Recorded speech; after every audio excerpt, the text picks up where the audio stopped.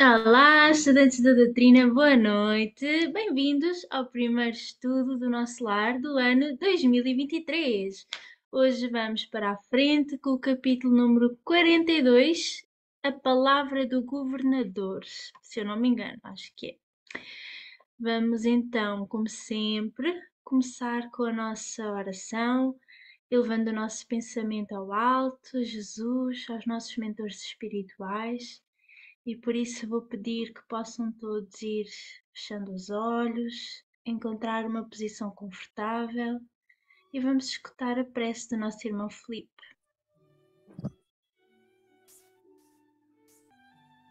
Amado Mestre Jesus,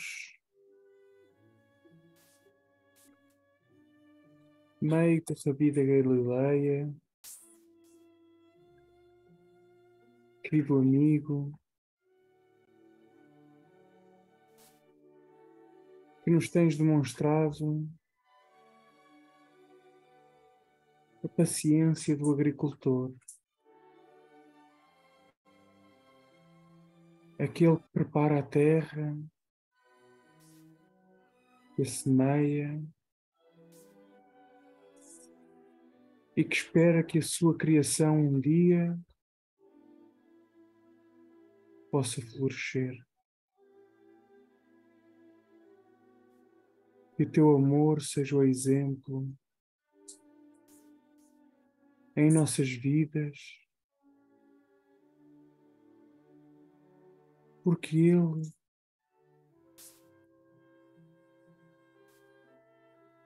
não é mais um martelo que quebra a dureza dos nossos corações, mas sim,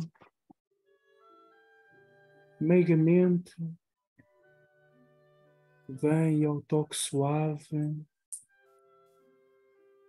polir toda a dureza que ainda carregamos. E é com gratidão que somos parte do teu rebanho,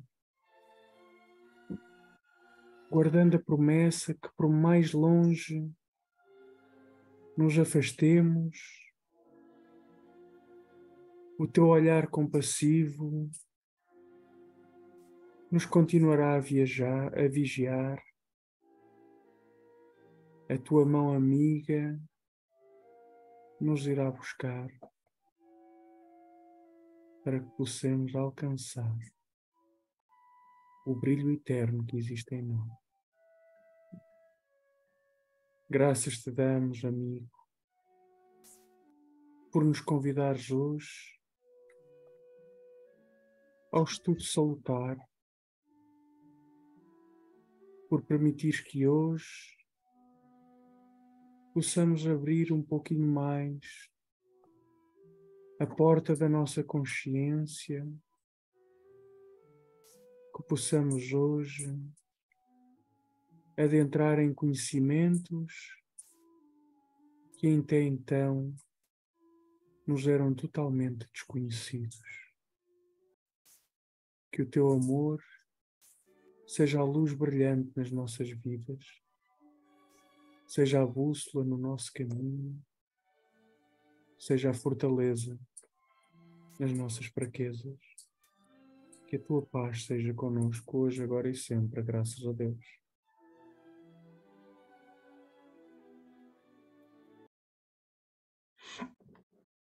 Vamos então prosseguir com a leitura do capítulo número 42, a palavra do governador.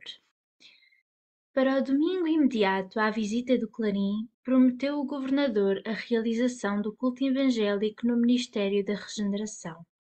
O objetivo essencial da medida, esclareceu Narcisa, seria a preparação de novas escolas de assistência no auxílio e núcleos de adestramento na regeneração. Precisamos organizar, dizia ela, determinados elementos para o serviço hospitalar urgente, embora o conflito se tenha manifestado tão longe, bem como exercícios adequados contra o medo. Contra o medo? Acrescentei admirado. Como não? Objetou a enfermeira atenciosa. Talvez estranhe, como acontece a muita gente, a elevada porcentagem de existências humanas estranguladas simplesmente pelas vibrações destrutivas do terror, que é tão contagioso como qualquer moléstia de perigosa propagação. Classificamos o medo como dos piores inimigos da criatura, por alojar-se na cidadela da alma, atacando as forças mais profundas. Observando uma estranheza, continuou. Não tenha dúvida, a governadoria, nas atuais emergências, coloca o treinamento contra o medo muito acima das próprias lições de enfermagem. A calma é garantia do êxito. Mais tarde compreenderá tais imperativos de serviço. Não encontrei argumento de contestação para retrucar. Na véspera do grande acontecimento, tive a honra de integrar o quadro de cooperadores numerosos, no trabalho de limpeza e ornamentação natural do grande salão consagrado ao chefe-maior da colónia. Experimentava então ansiedade justa. Ia ver pela primeira vez a meu lado o nobre condutor que merecia a veneração geral. Não me sentia sozinho em semelhante expectativa, porque havia inúmeros companheiros nas minhas condições.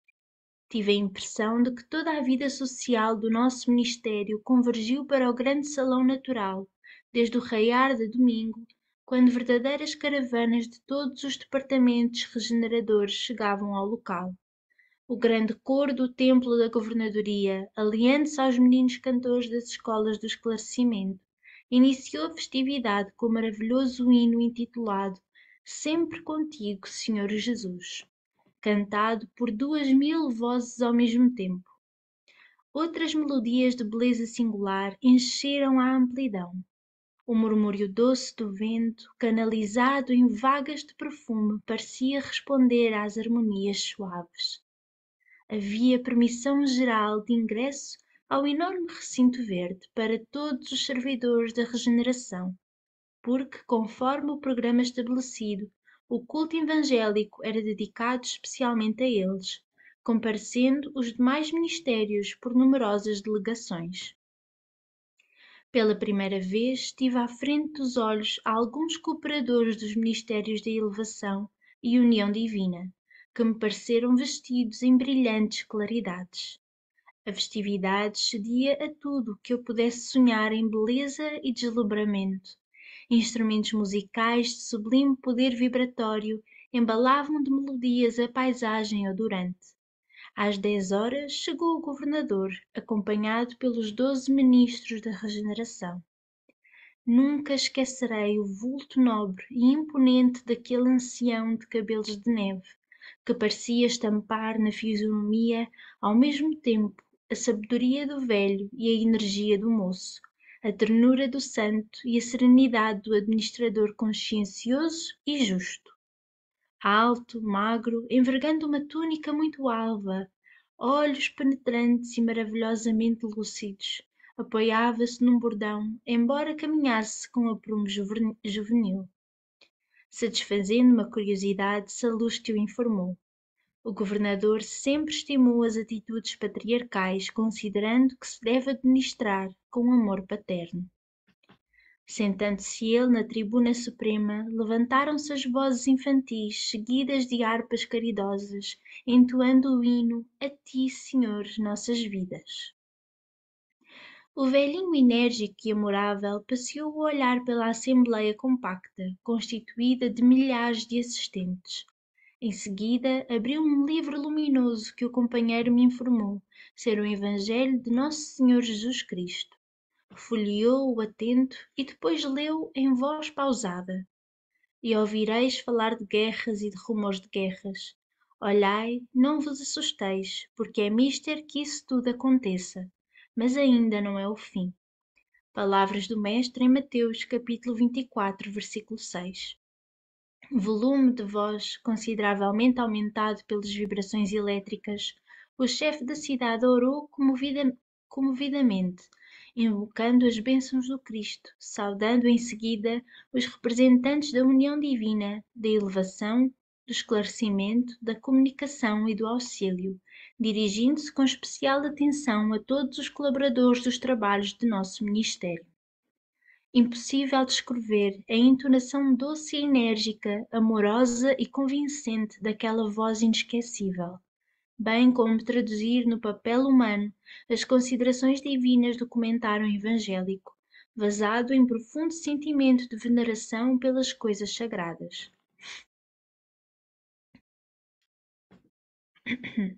Finalizando, em meio de respeitoso silêncio, dirigiu-se o governador de maneira particular aos servidores de regeneração, exclamando mais ou menos nestes termos: É para vós, irmãos meus, cujos labores se aproximam das atividades terrestres com mais propriedade, que dirijo o meu apelo pessoal, muito esperando da vossa nobre dedicação.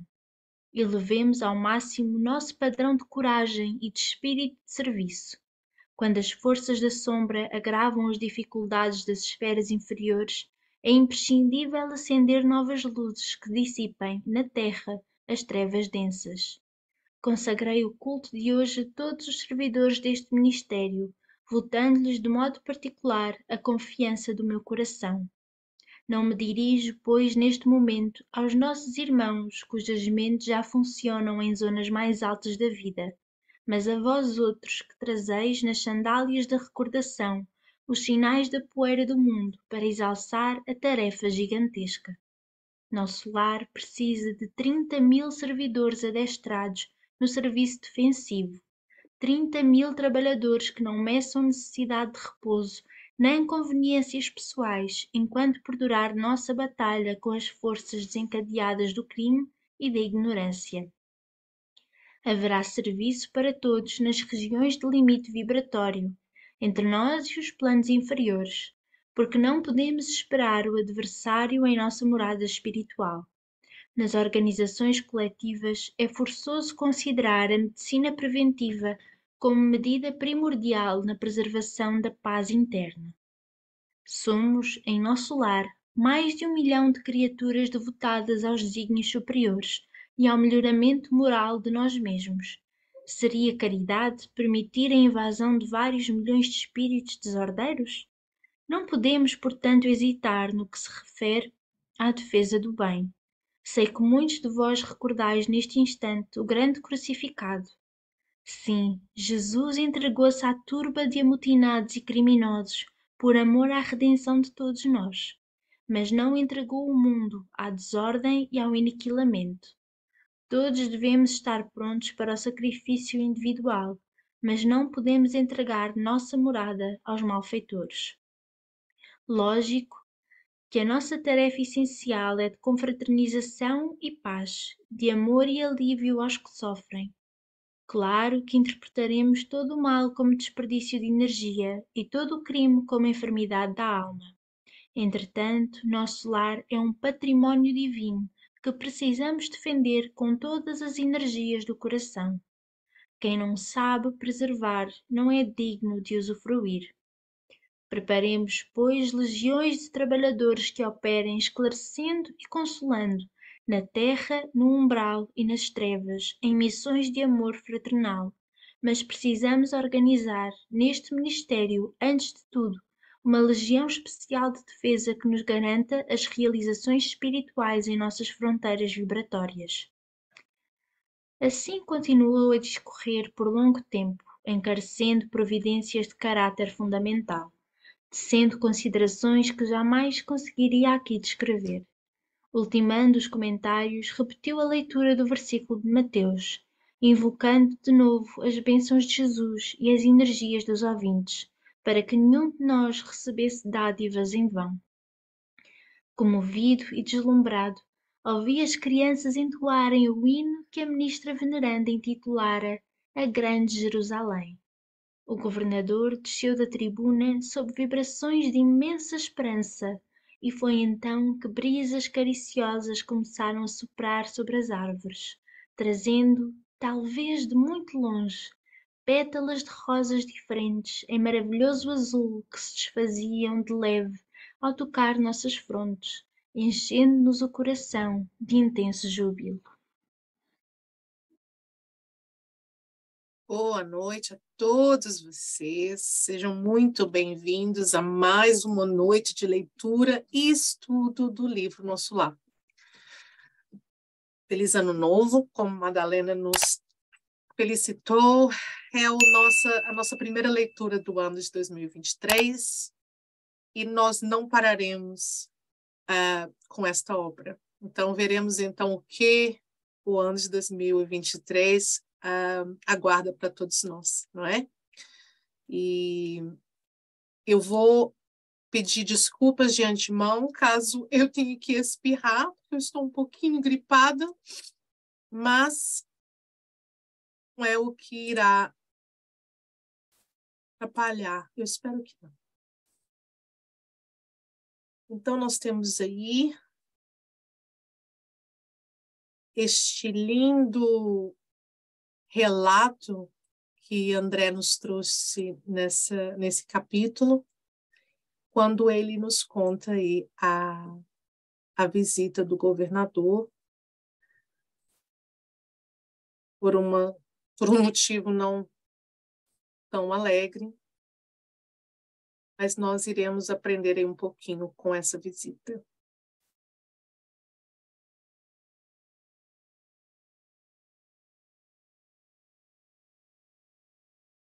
Disse Narcisa, precisamos organizar exercícios adequados contra o medo. Talvez estranhe como acontece muita gente a elevada porcentagem de existências humanas estranguladas simplesmente pelas vibrações destrutivas do terror, que é tão contagioso como qualquer moléstia de perigosa propagação. Classificamos o medo como dos piores inimigos da criatura por alojar-se na cidadela da alma, atacando as forças mais profundas.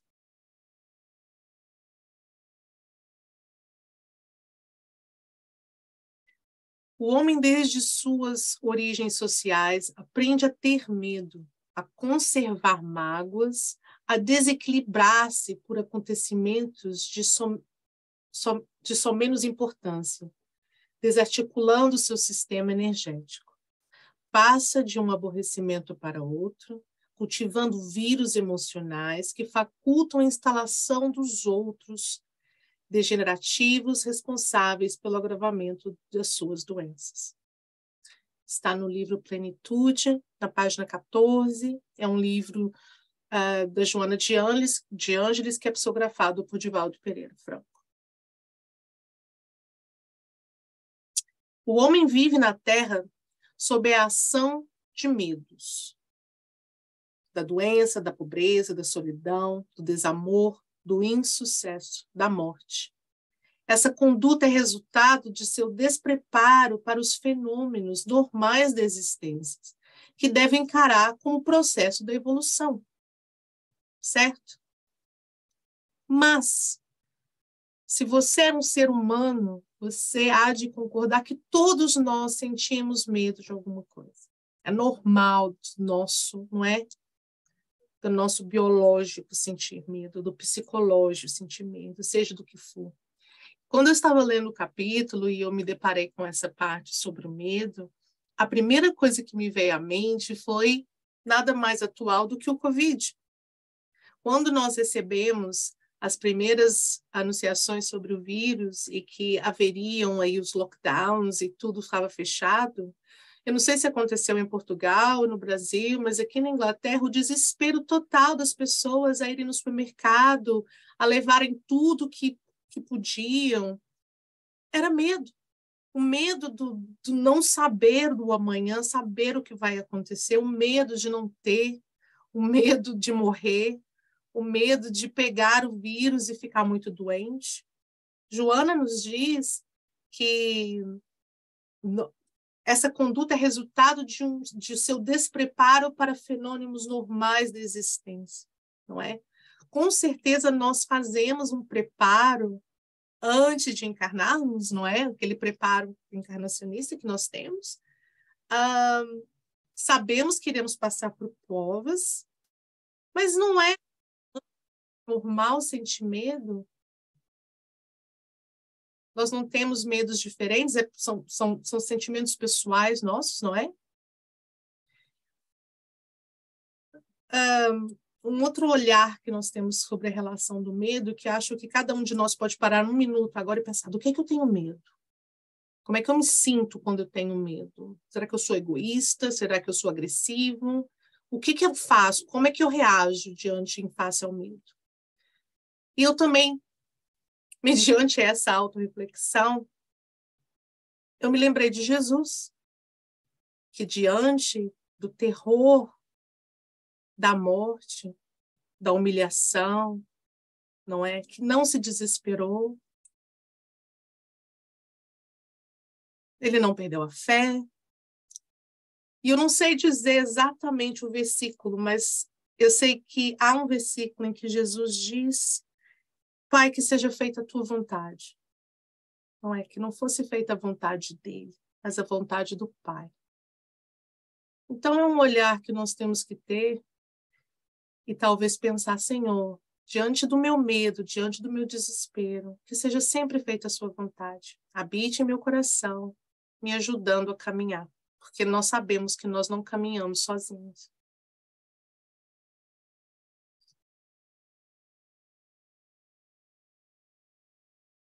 Ainda deste capítulo, André diz que pela primeira vez viu cooperadores dos ministérios da elevação e união divina, que pareceram vestidos em brilhantes claridades. Pai? Mateus, capítulo 26, verso 39. Dele para a gente. Diz, meu Pai, se for possível, afasta de mim esse cálice. Contudo, não seja como eu quero, mas sim como tu queres. O mais bonito é que Jesus ele não veio e deixou leis, regras. Você tem que fazer isso, você tem que fazer aquilo, é isso que tem que ser feito. Ele nos ensinou com ações. E, claro, graças aos apóstolos e ao Evangelho, nós sabemos o que aconteceu para que nós possamos seguir as ações. Muito bonito dizer, mais difícil de pôr em prática. Mas se nós conseguirmos, diante de uma situação de medo, de desespero, de pânico, pedir a Deus que, claro, que se Ele puder tirar aquela moléstia, seria bom, mas que seja sempre feita a vontade dEle, porque nós nunca sabemos qual é a vontade de Deus para nós, e nós não ainda entendemos a vontade do Pai para conosco. Fica aí esse pensamento sobre o assunto do medo. Mas voltando aqui, obrigada, Pai. Os cooperadores dos ministérios de elevação e união divina que pareceram vestidos de brilhantes claridades. Então, aí nós vimos nos primeiros capítulos, não é? Qual eram aí os níveis da colônia, não é? E nós vimos que mais elevado, então mais aí longe da crosta terrestre, nós temos a união divina.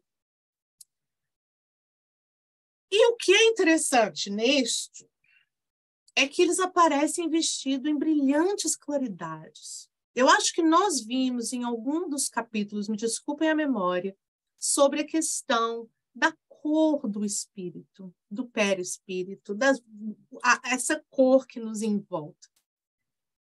E na questão 88 do Livro dos Espíritos, Kardec, ele pergunta a questão das cores, não é? O Espírito de Verdade diz que tais cores de energias a quais estamos envolvidos nem sempre nos é visível. Eu não consigo ver, eu não sei se algum de vocês consegue ver, mas eu não ando na rua vendo as cores de que as pessoas trazem ou a cor que eu mesmo emano quando eu estou em paz, quando eu estou com raiva, quando eu estou triste, mas todos nós temos essa diferença na nossa áurea. No item A, Kardec, ele pergunta se a centelha de luz que os espíritos estão envolvidos tem cor, para que é explicado que sim, variando aí de uma cor mais escura a uma cor mais brilhante, que é igual a um rubi. Tendo em vista este assunto, outra importante reflexão é como as cores nos influenciam ainda quando estamos envolvidos na densidade. Eu não estou falando da cor que nosso espírito traz, eu estou falando como as cores nos influenciam, não é, enquanto nós estamos aqui nesse plano. Os chineses recorriam à cromoterapia para a cura de doenças. As cores também identificam os 7 chakras do corpo. Todos nós temos cores que nos fazem mais felizes, cores que nos deixam um pouquinho mais para baixo, e há um motivo para tal. Vocês já pensaram, é muito interessante, eu não sei se vocês sabem, que há uma razão, por exemplo, por que os hospitais ou os ambientes hospitalares têm cores brancas, azuis mais claros, verdes mais claros. Porque imagina se fosse um roxo ou um preto, não é? Então, as cores, elas têm, sim, aí esse poder de mudar as energias em nós, não é? Os nossos pensamentos. E, claro, que se mudam os nossos pensamentos, também mudam as nossas energias que emanamos e recebemos. É um assunto super interessante para quem quiser depois adentrar com mais detalhes. Eu só passei assim na superfície a questão das cores. As cores são vibrantes hoje. E aí, André relata que o governador abriu um livro luminoso que se tratava do Evangelho de Jesus. E ouvireis falar de guerras e de rumores de guerras. Olhai, não vos assusteis, porque é mister que isso tudo aconteça, mas ainda não é o fim. Está no livro de Mateus 24, 6, e foi essa passagem evangélica que o governador leu na palestra.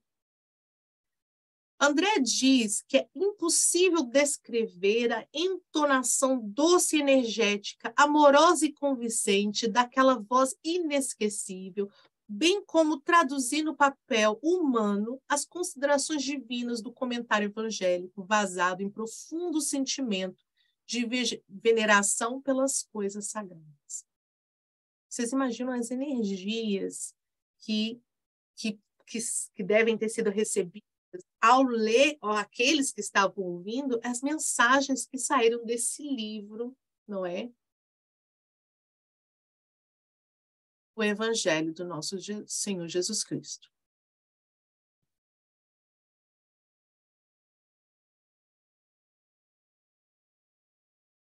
Elevemos ao máximo nosso padrão de coragem e de espírito de serviço, quando as forças da sombra agravam as dificuldades das esferas inferiores.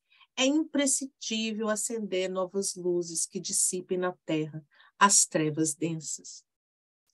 O governador ele está dizendo que se as forças das sombras se levantam, nós também devemos nos levantar, para que a nossa luz possa emancipar essas trevas.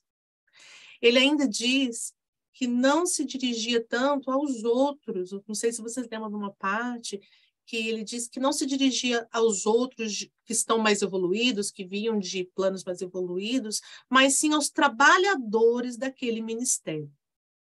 E alguém aí se recorda qual que é o ministério que o André está trabalhando neste momento? Em qual ministério que André presta serviço? Someone? Anyone? Ninguém lembra? Última chance. Então, gente. Fale agora. As câmaras de retificação pertencem a qual ministério? Nós estamos adentrando... Regeneração. Ah, muito bem, Madalena. Aí! Eu estava a dar a hipótese aos outros de falarem. A Dona Maria, ali, ó, mentalmente, acertou tudo ali para nós. Mas aí... Ela não abriu o microfone, né? realmente, André iniciou, né, os trabalhos dele no Ministério da Regeneração. E essa palestra feita pelo o governador em face diante, eu tô falando em inglês, diante ao ocorrido, não é, da guerra, ele foi até o Ministério da Regeneração para fazer essa palestra. E ele diz que ele falava diretamente, não aqueles irmãos que já estavam num nível mais evoluído, ele falava aqueles que trabalhavam na frente ali do Ministério. Agora, vamos parar por 2 segundos e pensar, o que significa regeneração? Fortalecimento, recuperação, refazimento, não é? Esse é o intuito daquele ministério, não é? Que é receber aqueles que precisam se refazer, recomeçar, não é? Recuperar. Aí, nas organizações coletivas, é forçoso considerar a medicina preventiva como medida primordial na preservação da paz interna, ou seja, vigiar e orar. É o escudo contra as forças do mal. Ele viu que naquele momento, aquele ministério que ia receber todos esses irmãos vindos diretamente, não é? De desencarnes forçosos, tristes, o que geralmente eu não vou bater mais na tecla sobre a guerra, mas era necessário reforçar ali à frente daqueles que trabalhavam naquele ministério, porque ali era como se fosse a porta, de entrada da colônia. E, interessantemente, ele explica a quem estava dirigindo quando diz: não me dirijo, pois, neste momento aos nossos irmãos cujas mentes já funcionam em zonas mais altas da vida, mas a vós outros que trazeis nas sandálias da recordação sinais da poeira do mundo. Então, o que ele quis dizer com isso era André, que acabou de chegar de uma experiência na Terra, que ainda tinha tantas dúvidas, tanto para aprender, ele falava diretamente para aqueles irmãos. Sou fã do governador. Então, agora nós iremos fazer uma pausa e nós iremos fazer um trabalhinho em grupo. E a sugestão é que nós possamos aí pensar por que razão era necessária a preparação de novas escolas de assistência no auxílio. O governador necessitava de 30 mil servidores adestrados no serviço defensivo. Nós iremos fazer uma pausa e nós voltaremos em alguns minutos com as nossas observações sobre esse assunto.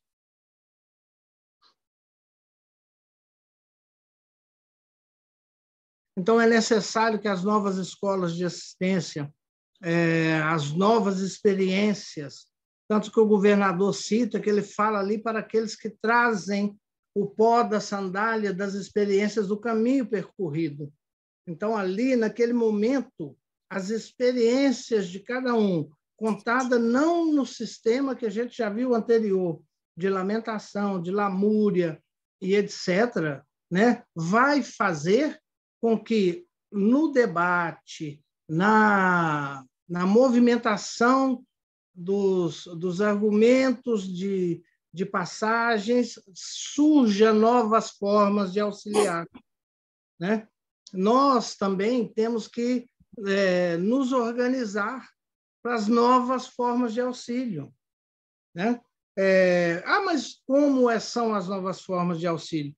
Se nós fazemos o atendimento fraterno, se nós ouvirmos o nosso irmão, cada um tem uma dor diferente, cada um tem uma experiência diferente. Então, essas escolas de preparação, o que é a escola de preparação? Né? A gente vai aprender nas escolas, não é isso? E aí, os professores, nas escolas modernas e até mesmo nas escolas anteriores, como o Pestalozzi já o fazia, ele reunia as experiências dos alunos. Por isso que ele formou a personalidade e a moralidade de Allan Kardec. Por quê? Porque ele utilizava os métodos de ensino em que a experiência de um aluno auxiliava a aprendizagem de outro. Então, essa escola é formada dessa forma. Agora, nos contava o professor Valdo Vieira que lá, em nosso lar, as linhas de defesa estão diretamente ligadas à intrusão dos espíritos frequentadores daquela zona umbralina. Tanto que vocês viram que durante a revolta da alimentação foi a primeira vez que foram ligadas baterias de repulsa magnética. Então, você vê, não se pode repugnar. Mas o governador tem razão. Nós temos que ter a prevenção. E esses 30 mil, porque ele fala em milhões de agressores do plano espiritual. Chega a ser em torno de 1000 para 1. É uma desproporção enorme. Mas 30 mil unidos no bem, a trabalhar as defesas do nosso lar, a esclarecer os irmãos que estão desencarnando sem até querer do plano espiritual através da guerra. Então, é bastante servidores, 30 mil, mas no cômputo geral é quase nada. No cômputo geral, 30 mil trabalhadores do bem não fazem frente às legiões.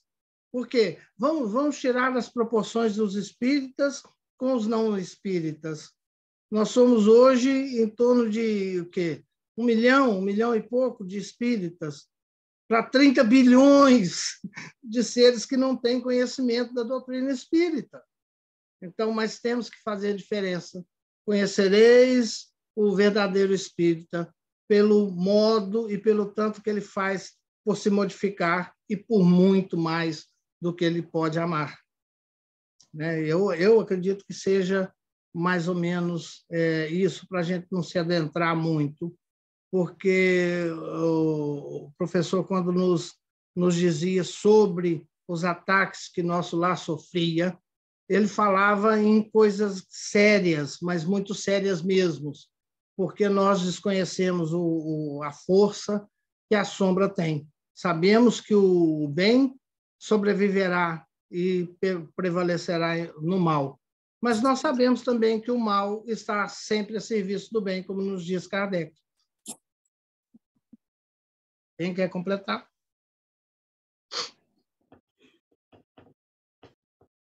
O mal não descansa, não é? Nem o bem.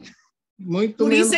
Por isso que nós não podemos nunca descansar no trabalho do bem, não é? Nós não podemos aí dormir né, no comando de nossas tarefas. É necessário estarmos aí sempre armados com as preces, com os bons pensamentos, prontos, não é? Nessa luta contra nós mesmos. Quantos de nós temos essa dificuldade interior de estar sempre ali nessa luta com os pensamentos? Já agora, pegando no que estás a dizer, nós o que temos aprendido ao longo destes tempos é a qualidade do pensamento, e sabemos também que os pensamentos negativos não adoecem-nos a nós, quem está à nossa volta, encarnados, desencarnados, e até mesmo, sabemos nós hoje, a própria Terra. O planeta também sofre com isso. Então, mais uma razão para fazermos esse esforço, que às vezes é mesmo uma batalha aqui na nossa mente, de repudiar pensamentos negativos, porque temos 1001 razões para agradecer as bênçãos que recebemos. E se nos agarrarmos ao bom que nós recebemos, já é o bom pensamento e é um treino que podemos começar a fazer e com o treino, e com muito treino, e muito treino, e muito treino, nós vamos lá. Portanto, é nosso dever realmente colaborar com a espiritualidade amiga, colaborar com Jesus para curar o planeta, curar quem está à nossa volta, curando-nos a nós mesmos. E é por aí que nós temos que começar a auxiliar. Com certeza. Nós vimos em estudos anteriores que qualquer um de nós podemos dar um passe, não é? Nós estudamos a questão do passe. Se nós não nos prepararmos, fluidificando com o Evangelho, com as nossas preces, como é que nós vamos tentar energizar qualquer coisa que seja? São essas batalhas diárias que nós temos que nos atentar. Não é só a questão da guerra na Ucrânia, não é só o Covid, é o diário, é dentro dos nossos lares, dentro das nossas mentes, dentro do nosso coração. Essa é a batalha que nós temos que estar sempre bem atentos, porque essa é diária, não é? Essa não passa. Então, nós vamos continuar. Eu vou passar para a última leitura de hoje, e aí nós iremos encerrar a parte dessa noite.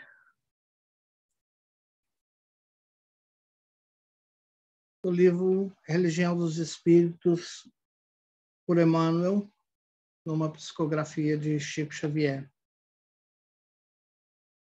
No capítulo 1, Se Tiveres Amor, é uma página recebida em 5 de janeiro de 1959. Se tiveres amor.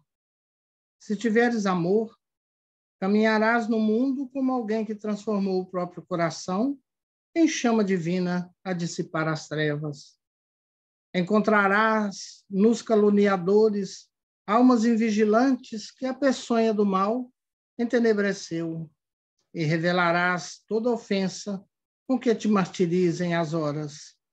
Surpreenderás nos maldizentes criaturas desprevenidas que o veneno da crueldade enlouqueceu, e desculparás toda injúria com que te deprimiram as esperanças.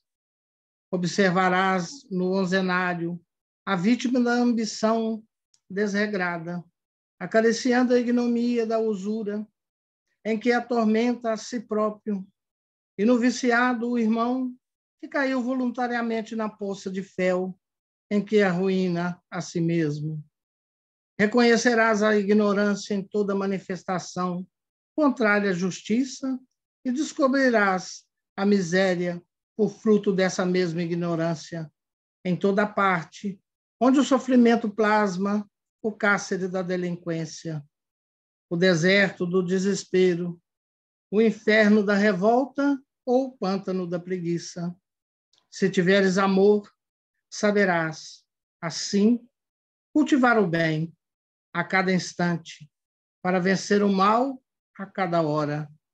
E perceberás, então, como o Cristo, fustigado na cruz, que os teus mais acirrados perseguidores são apenas crianças de curto entendimento e de sensibilidade enfermiça, que é preciso compreender e ajudar, perdoar e servir sempre, para que a glória do amor puro, ainda mesmo nos suplícios da morte, nos erga o espírito imperecível, a bênção da vida eterna.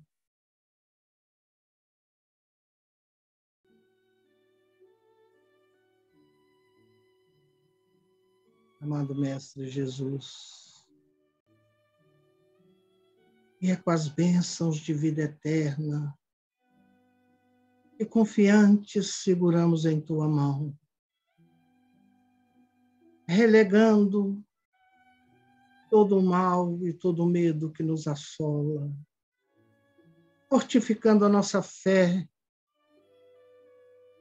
no teu evangelho e no porvir de nossa vida. Inquebrantável seja ela, a fé que plantaste em nosso coração e que nos exemplificaste como o grão de mostarda. Disseste-nos, se tiveres fé, ordena aquela montanha que se atire para o fundo do oceano, e ela obedecerá. Tamanha convicção só pode vir do ser superior que tu és. Ainda, humílimos servidores que somos, rogamos mais uma vez a tua presença ao nosso lado. Rogamos mais uma vez a presença em nosso coração. Senhor, dai-nos a força de ajudar o progresso, a fim de subirmos até a vós.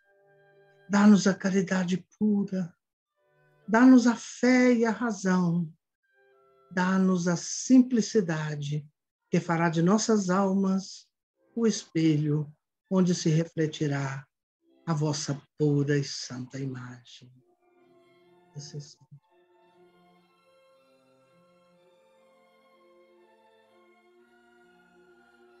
Que assim seja.